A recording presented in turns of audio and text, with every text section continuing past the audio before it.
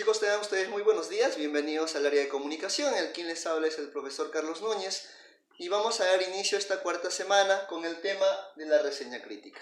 Vamos a ponernos a preguntar rápidamente en qué consiste la reseña crítica.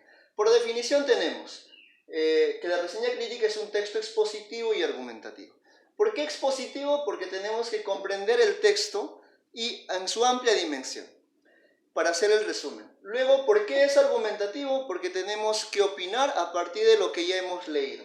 Muy bien, pero tenemos que opinar críticamente. Eso es lo que nos menciona. Muy bien, pero vamos a ver cuál es el proceso para hacer yo una reseña histórica. Primero, tengo que elegir un texto. Tengo que leer, comprender y durante la lectura tengo que tomar notas para que las partes más interesantes que yo pueda necesitar al realizar mi reseña crítica. 2. Identificar los datos del texto, como por ejemplo el autor, la publicación, el resumen, etc. 3. Escribir la opinión sobre el texto. Aquí es lo que vamos a tener en cuenta. La reseña crítica es bastante nuestra opinión sobre el tema, sobre la lectura que hemos leído. ¿Y qué considera? 1. Recomendar o no la lectura. Por ejemplo, cuando yo hago mi reseña, si la recomiendo, ¿por qué lo tengo que recomendar? ¿Cuáles son las razones que yo considero para recomendar esa lectura? 2. ¿Qué emociones y qué percepciones me ha provocado al leer esa lectura?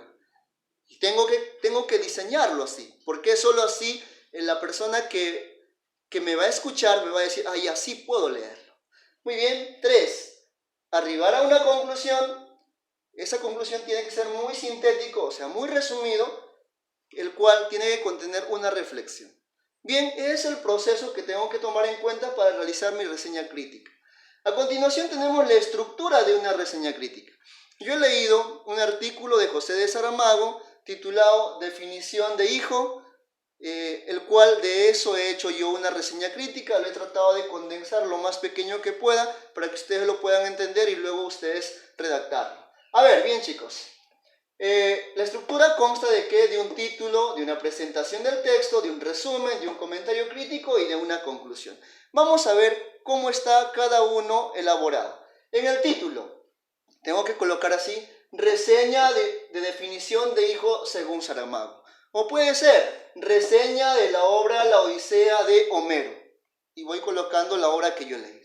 Muy bien, puede ser el cuento, puede ser la novela, puede ser hasta una fábula, etc. ¿Sí? Bien, vamos a ver en la presentación del texto. Me dice, la definición de hijo del escritor José de Saramago, publicado el 20 de marzo del 2017, nos da un concepto de cuán es el significado de hijo.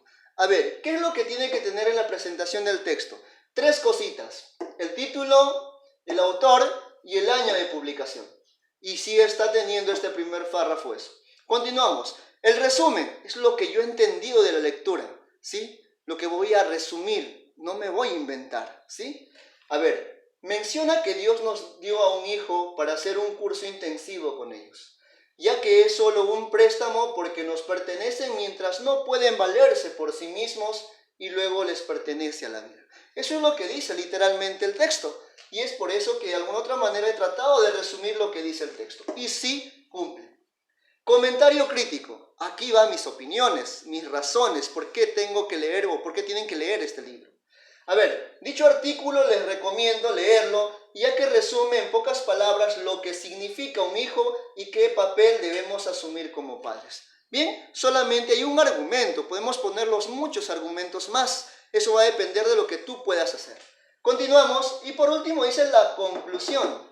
Acá la conclusión tiene que arribar con una reflexión, también tiene que ser resumido. A ver, por último, este artículo demuestra el afecto, el amor, la gratitud, la incertidumbre y la bendición que como padres aprendemos para con nuestros hijos. Bien, nos hemos dado cuenta que en la conclusión sí cumple, es pequeño y nos da una reflexión.